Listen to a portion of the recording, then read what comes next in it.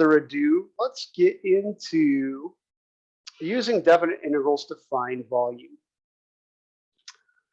Now, in the online lesson, the very first page, it shows how to do a cone and a sphere. We're going to do one of those just to go through it together to see what kind of questions there are, and then leave it to you guys to look at the video for the other one. So let's do a sphere. You know, we did a triangle and circle last time. We're only going to do one of them this time because I want to get onto some other stuff today. So let's talk about how we do the volume of a sphere with a definite interval. As always, pretend like my drawing is round. So now we don't just have a circle, we have a three-dimensional sphere. All right. You're going to see it's very similar to how we did do a circle. And what we're going to do is we're going to look at the ith slice. Now remember the idea behind this. The idea is that I'm making this slice. So come on here just to kind of give an idea of what that looked like. So there's our ith slice. And we're making it so thin that we can assume that those sides are vertical. All right. We can do this on a set of axes. Don't have to, but I think it helps us see the relationship. We'll say this is a sphere. Let's do it in general. A sphere of radius r. Okay. So now what we want to focus on, you know, we've got this slice right here is some distance from the y-axis. So maybe we'll call that x sub I. And, you know, this part here is some distance from the top of our sphere. And it's kind of up to us. We can call this y sub I, or we can call this y sub I. Let's do it this way. Let's call this y sub I so you can see how this would play out. Because, you know, if we're calling this an x and a y coordinate, that would make more sense. So up here, this would be r minus y sub I. If you have questions as I'm going through this, feel free to ask. Now, the idea is the same as last time, except we're not looking for the area of the ith slice. Since what we want is volume, we're going to look for the volume of just the ith slice. We're going to focus in on that slice. Well, it's got some height of delta y. And if we think about what that slice looks like, if I were to pull it out and draw it just a little bit bigger. So this is our zoomed in, not to proportion ith slice. Notice what kind of shape we have here. You know, we know this is x sub I. We know this is delta y. We have basically a cylinder. So the volume of the ith slice is the volume of this cylinder, which is the cross-sectional area, right? If we were to look straight down this thing, we basically, this is the top-down view of this. X sub I, you know, our cylinder would kind of continue down that way. So we need the cross-sectional area, which is the area of this circle of radius x sub I. So pi times x sub I squared, and then times the height. So times delta y. So there's the volume of the ith slice. Now our goal is going to be to sum up all the slices that make up the whole sphere. But there's something we should notice before. What do we notice at this first step that we have to change, that we want to fix before we start to put it in a summation or a definite interval?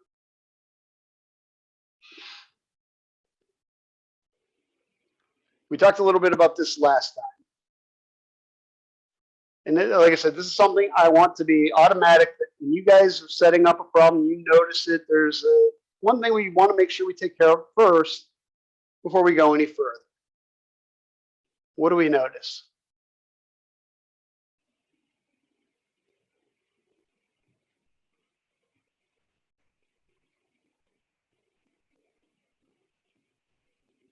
So at this point, a little alarm should be going off in our head because we have two variables in here, delta y and x. So we would like to get x sub I in terms of y so that this is all in terms of one variable. I mention this because you're going to see this in a lot of the problems that we do. So we need some sort of relationship between x sub I and y sub I. Well, we have one, and it's very similar to the relationship we did last time. So if we draw a line from the center out to the edge of our sphere, well, that's a radius length, so that's r. We know that this length here is x sub I. This length here is y sub I. So from our Pythagorean theorem, we know x sub I squared plus y sub I squared equals r squared. We want to sub in y sub I sub out x sub I. So x sub I squared equals r squared minus y sub I squared. We actually don't even need to go any further because we have x sub I squared right there. There is our substitution. So the volume of the ith slice is pi times r squared minus y sub I squared delta y. And so now we'll do this time because it's the first time we're doing it today, but I won't bore you with this every time. The volume is approximately equal to the summation from I equals 1 to n of this basic Riemann sum. R squared minus y sub I squared delta y. Well, if we wanted to make these exact, we want infinitely many subintervals. So we take the limit as n goes to infinity. And what that allows us to do, two things. Number one, this is no longer approximation. We can now say equals. Number two, we can use a definite integral. Pi r squared minus y squared dy. Notice that sub I is gone because we've gone from the discrete case, in other words, a countable number of slices, to the infinite case. We're going to go through infinitely many slices from the top to the bottom of this sphere. The only thing we need left are our limits. And notice y sub I is this vertical measure here. You can go all the way down to here and all the way up to here. Well, it can go down by a radius length, so negative r, up to r. And those are our limits. This definite integral will give us the volume of the sphere. We're going to prove that in just a second, but before I go any further, any questions about how we go? I lost my square on it. Why? Sorry, this should still have a square.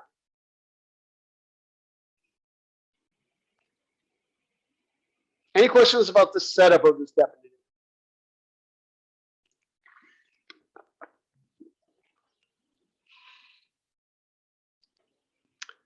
All right, we're going to evaluate this because we know the volume of the sphere. It's 4/3 pi r squared, or 4/3 pi r cubed, excuse me. So we have pi. Remember, r is a constant. It's like, yeah, if they said, you know, your sphere is radius 3, r would be 3. So the antiderivative of that is r squared times y. Derivative of y squared is y cubed over 3. And this is going from negative r to r. So we have pi out front. Let's use brackets and we'll multiply the pi in at the end. All right, the first term, we have r squared times r minus r cubed over 3. All right, so that's plugging in the positive r. Minus. Now we have r squared times a negative r minus negative r cubed over 3. All right, so we're going to bring it around.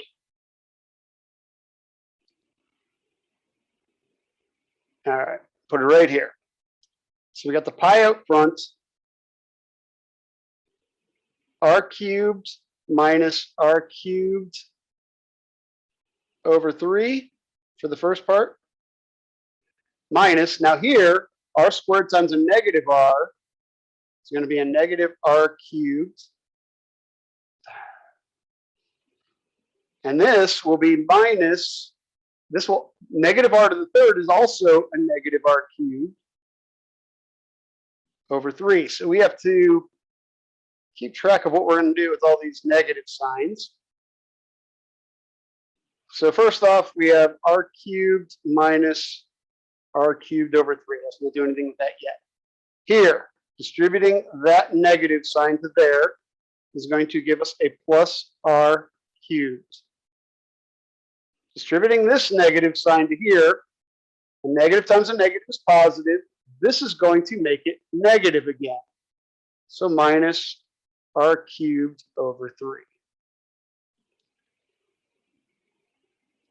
So, a couple different ways we can do this, but basically we're going to have 2r cubes, that'll take care of this one and this one, minus 2/3 r cubed. Well, 2/3 is, 2 is 6/3. 6/3 minus 2/3 is 4/3. So there is our 4/3 pi r cubed, which is the formula for the volume of the sphere. So we did this one in general because I wanted you to see how you can derive formulas for these things using definite integrals. In this case, we derived the formula for the volume of the sphere. Now think about what we did. We took a slice, and again, the way we do slicing is we choose a slice that makes our object easier to deal with. So we choose a slice in this case so the sides are straight up and down. It's a similar slice to a cone, actually. You use a cylinder as well. The slice is arbitrary, and we give it a constant width, or height in this case. And then we say, okay, well, let's put on some of the characteristics of this slice. Well, it's got a radius of x sub I, and it is y sub I above what we denoted as the origin. And then we focus on the volume of the ith slice. So again, it's this idea of slicing, taking something that is big, narrowing our focus. That's what allowed us to come up with the v sub I. Then we find any relationships we need to make sure these variables match. That was what we did here with the right triangle. Then, once we have that, we set up our Riemann sum, which is our definite integral. Questions about this?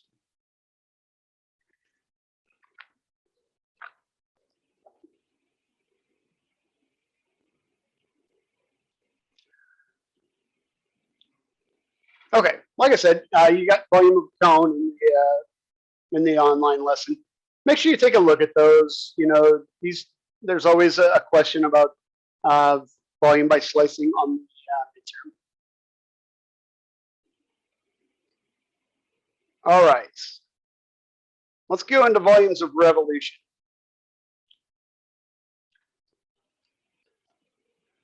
So volumes of revolution. Let's talk about what they are first off. So I'm going to be using this program here today. This is a nice program, especially for Calc 3. I use it quite often.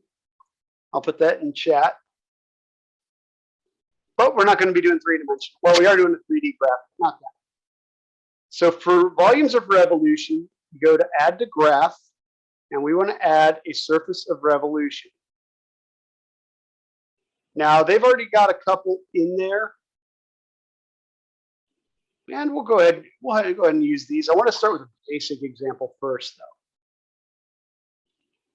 though. Okay. So we're going to start with this in the XY plane. This is the graph of square root of x. We're going to add to this and look at some variations of it. So very first example, we're going to take y equals square root of x. We're going to take the region above the XY plane. So here's our graph of square root of x. We're only going to go 0 to 1.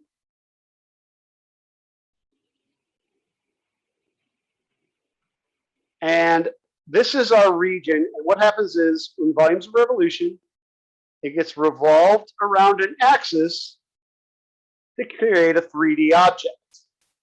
So here's what that looks like. You see it over here on the graph. All right, we get what's called a paraboloid. That faces off to the right.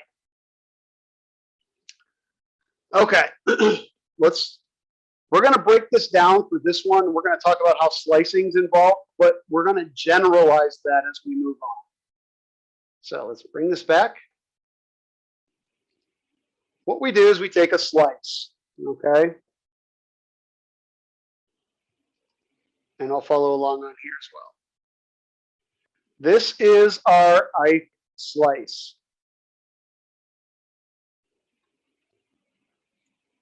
Okay, well now that slice gets, whoops, sorry, I didn't do that. That slice gets rotated around. And notice what it makes. It makes a cylinder. All right. So this ith slice gets rotated around. You can see why I'm using the 3D plotter. It makes a much better image than I do. That gets rotated around, and what we're going to do is we're going to take a look at just the ith slice, and then we'll generalize. Well, the ith slice has the shape of a cylinder.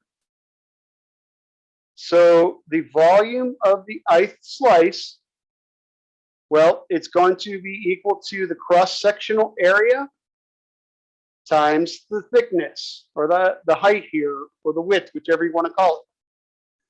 Well, because we make all these slices have the same width, that's going to be a delta x, because we've got x in the horizontal and y in the vertical. Now, the other thing we need is to figure out basically the cross-sectional area of our slice. So if I were to pull our slice out,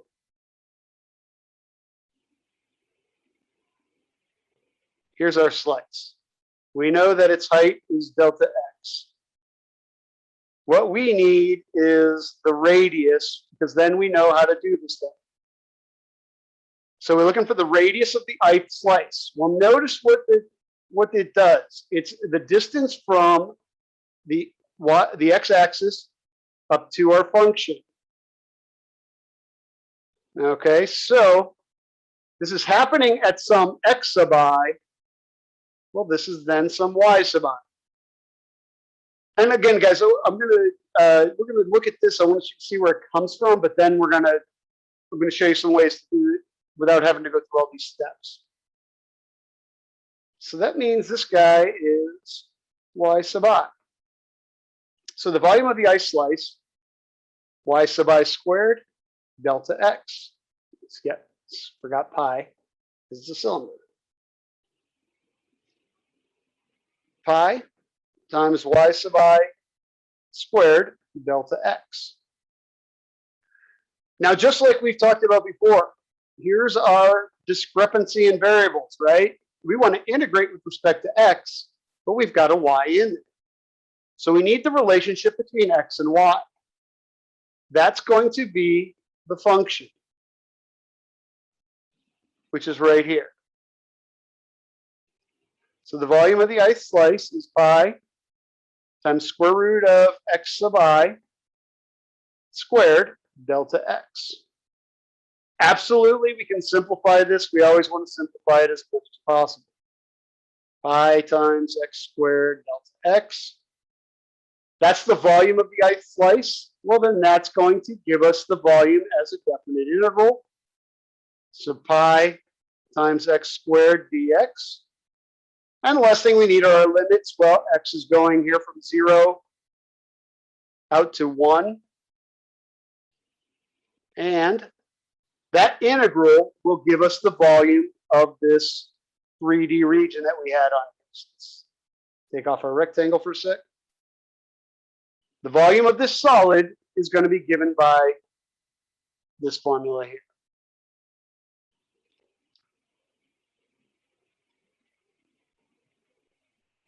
Questions about this so far?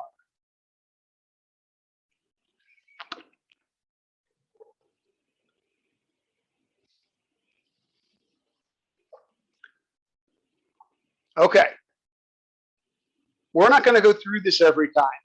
What we can do is boil this down to just identifying the radius or radii. Okay. So what do I mean by that? Well, let's add another graph. Let's turn off the rotation. Let's add in x squared. Okay. So here's our region. Let's clean. Let's go to this. So now what we're going to do, and we're going to look at several different ways of rotating this region around different axes. All right. So we have two functions. And we're going to use the same two functions for all of it. Y equals square root of x, y equals x squared.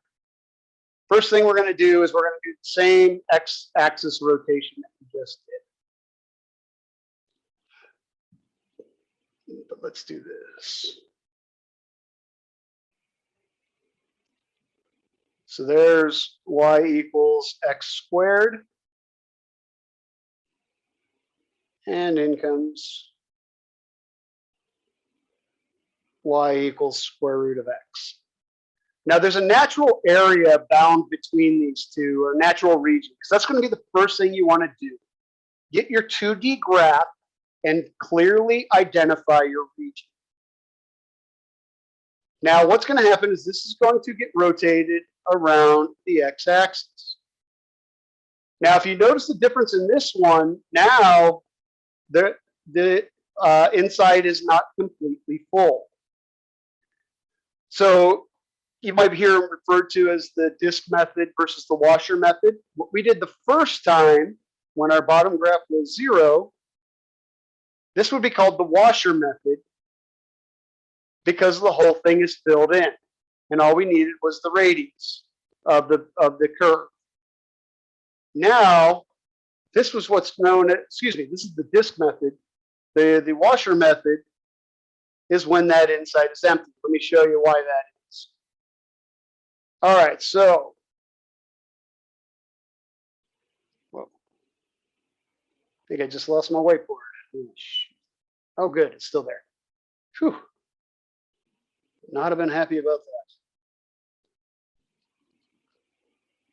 that. All right. Here's why this one is called the washer. Something a little different happens when we take our slice and we rotate it around. So here's our slice. When that gets rotated around, now I have that open center, which is creating that opening in the middle. And so it creates a washer. Here we'll put it on, let's put it on this guy. So if we rotate our rectangle around, see how it creates a washer instead of a full disc? So that's why this is called the washer method. The other one's called the disc method. There's only a small difference between the two. When we did the previous problem, when it was just under square root of x, basically all we had to do, let's write it up here. Basically all we had to do was do the integral of, let's just go back to it. We just had to do the integral of the radius squared. Remember, this basically functioned as our radius. Now, we're going to have two radii. We're going to have one that goes all the way to the outside curve and one that goes to the inside curve. So, basically what happens is we take the volume of the whole thing, subtract out the volume, smaller. So let's talk about that, what that would look like in two integrals, and then we'll break it down. All right, so here is my big radius. It goes all the way from the x-axis up to my curve. Let's call that big R. I also have a smaller radius in here that goes from my x-axis up to my smaller curve. Call that little r. So here's what's happening. I'm going to do the volume under the big one. So that would be pi. Let's be consistent here. So right now we're doing the volume under square root of x. We already know what that looks like. We've done it before. But it's going to be pi times big R squared dx. We're going to subtract out the volume in the little one. So pi times little r squared dx. Now we're going to need limits on these. And notice in our curve here, there's a naturally bound area between x equals 0 and x equals 1. So those are going to be the limits of our integral. The limits come from your region. So that's why it's so important to draw your region. Well, because these have the same limits, I can put them in the same integral. So putting them together, there's always going to be pi in there. So I'm going to move pi to the outside. Big R squared minus little r squared dx. Now, the only difference between what I'm doing right now and the one we did before, little r was 0. Otherwise, it's the same thing.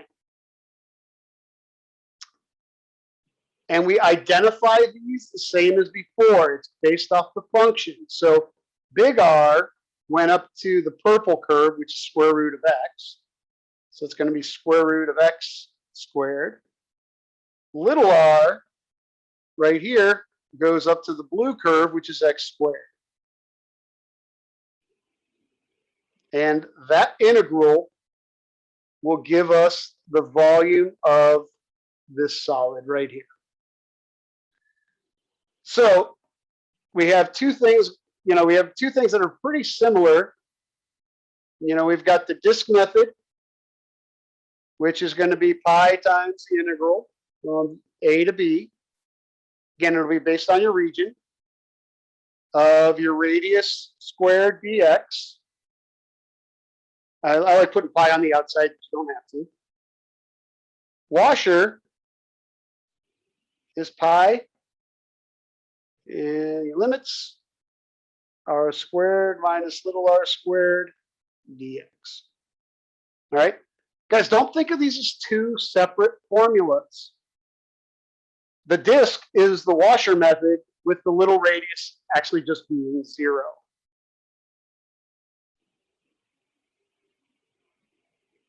We're going to look at a couple more examples of these because I want to get really beat home the idea of how to pick out the radii.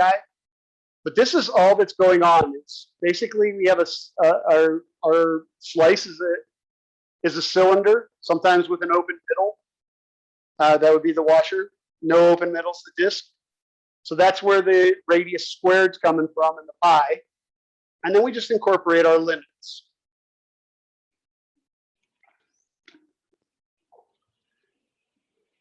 Any questions at this point?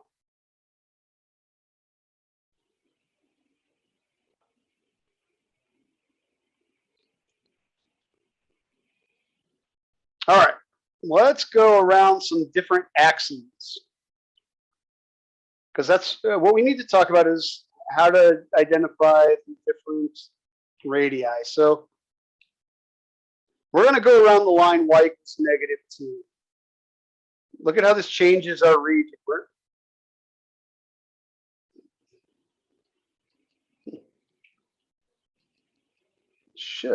It didn't change our region. Why didn't it? Huh.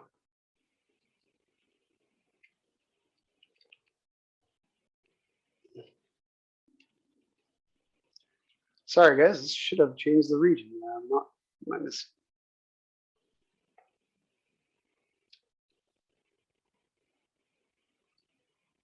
Right now, it's rotating. It should be rotating around this line down here. This does not appear to be working properly. Okay, well, let's get away from that for right now. Because it doesn't change what we got to do. We're going to use the same functions. Y equals square root of x.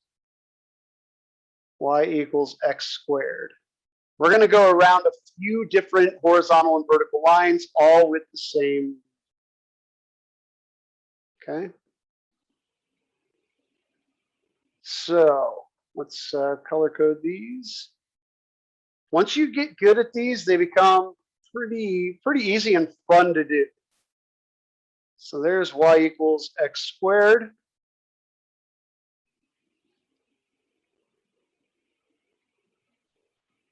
There's y equals square root of x. And our region is there. We know they intersect at 1, 1. We're going to need this because we can also go around the x-axis, which I'll show you here in a second. All right, I was trying to do it on the line y equals -2, so let's make that happen. So down here is the line y equals -2. All right, so our region is going to be rotated around that, like so. Okay, clearly we have an open center, so this is a wash. All right, so here's our goal. We have to identify big R and little r. So big R is going to be from our outside curve to our axis of rotation. All right, so that's going to be big R. Little r, real similarly, just to keep these things straight, is going to be from our curve to our axis of rotation. That's little r. So as we go to write this up, we already know the format. Volume is pi. We know for this one, x is going to go from 0 out to 1. So that's staying consistent. 0 to 1. It's always going to be the bounds on our region as if you were doing area between curves. We know it's going to be big R squared minus little r squared dx. The only thing we have to decide is what is big R and what is little r. Well, think about what we knew before. We knew that the distance from here to here was the function. That would have been square root of x. So what are we doing? We're adding 2 to it. So big R is square root of x. And what do we write? Is square root of x and then plus 2, not under the radical. Real similarly, little r, we knew from here to here would have just been the function. That would have been x squared. So we're adding 2 to it. X squared plus 2 squared dx. That's it. I mean, yes, we got to compute this thing. By hand, it'd be a little messy. But we have set up the definite integral to calculate the volume of that region that would be created revolving this around the x-axis. Questions about that?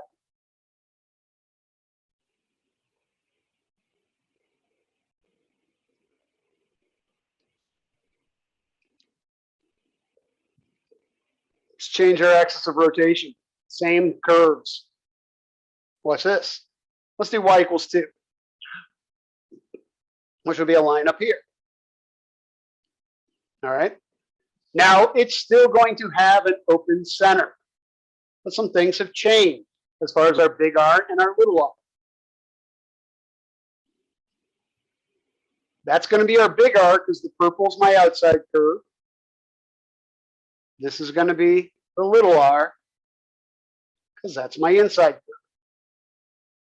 So volume is pi. We still know the limits don't change, guys, because it's still the same region.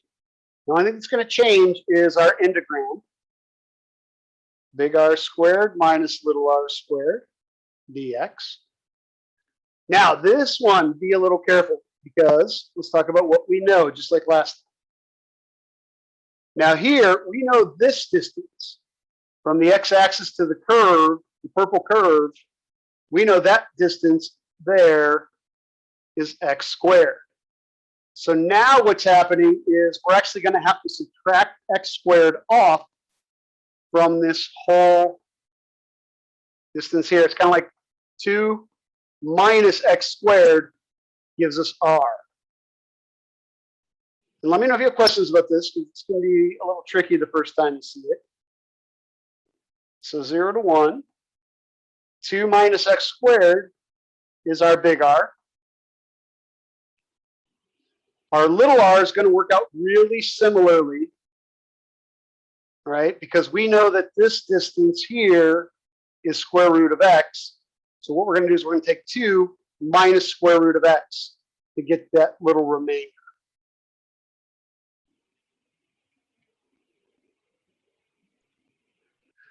And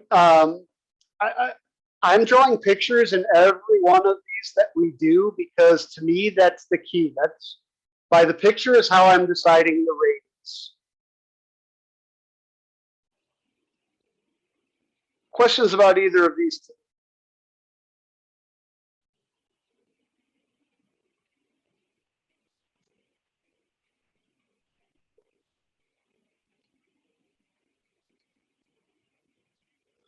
All right.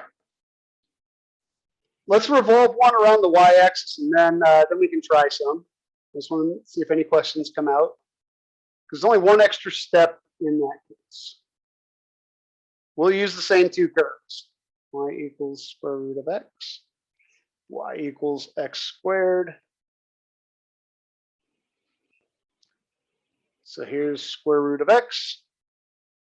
Excuse me, that's x squared. And there's square root of x. Okay. Now we are going to rotate around the y-axis. All right. So this is going to be our axis of rotation instead of the x. So we're coming around this way. The biggest thing, here's the biggest difference. Our slice now goes this way and has a delta y instead of a delta x. All right. That's the only difference. But that does mean we need to integrate with respect to y instead of x. So we're going to need the inverses of both of these functions. So in this case, we're going to solve for x, right? So let's keep the colors the same. So that would be x equals y squared is the blue curve. And for this guy, x equals square root of y. Because we're going to need the curves to be in terms of y now. But the steps afterwards are the same. Notice if this thing rotates, we're going to have an open center. Because there's the outside and then there's the inside. So we've got a washer.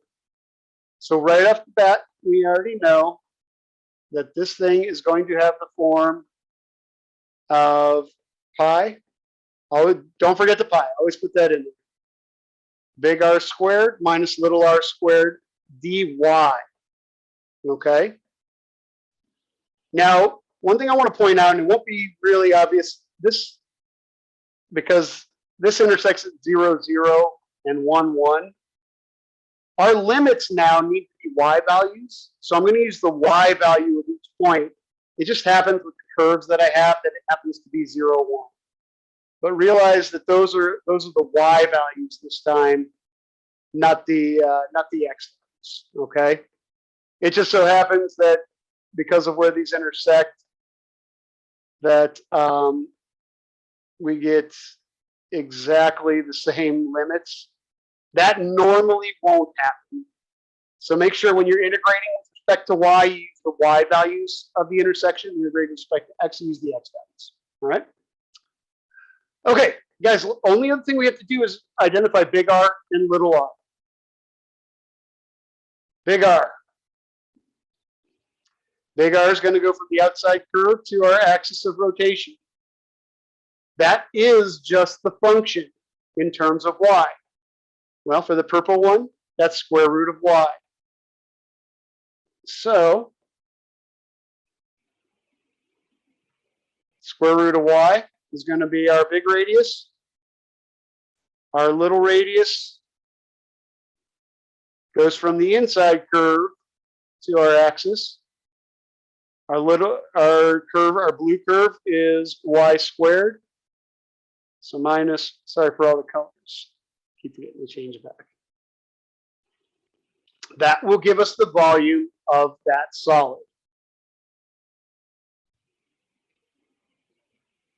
So just remember, if you're going around a vertical axis, you want to do it in terms of y. A horizontal axis, you want to do it in terms of x.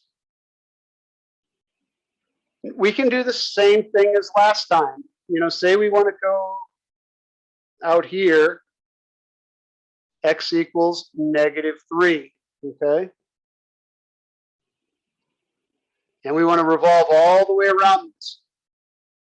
Don't make it, don't make it too hard. All we need are the big R and the little r.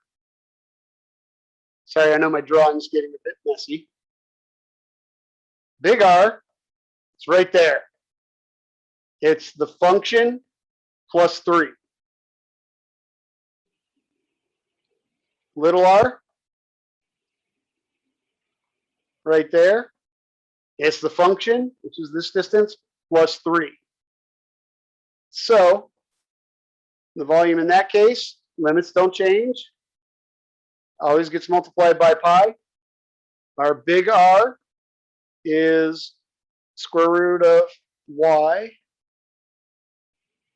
plus 3 squared. Our little r is y squared plus 3 dy. Oops, sorry, squared. So with these volumes of revolution, and I know I was going a little quick there at the end, but it's because I wanted to give you a chance to try a couple. That's all we need to look at. What I want you to do is I want you to draw your region from what I was doing. Number 1, very clearly draw and shade your region, because that's where you're going to get your limits from, and your big R and your small r, if there is a small r. If small r is 0, set it to 0. Identify your big R and your small r, put them into either the disk or washer with your limits. And we're going to do a couple from the book, from the activities in the book. So there's the book there. And for time's sake, I only want you to set them up. So you can use technology to calculate them. Then what I just put into chat is the answer key for all of them. So have Symbolab up so that once you set one up, like this one I got here in line green, just put that into Symbolab and check out your answer. If it didn't work out, call me in. Let's figure out why.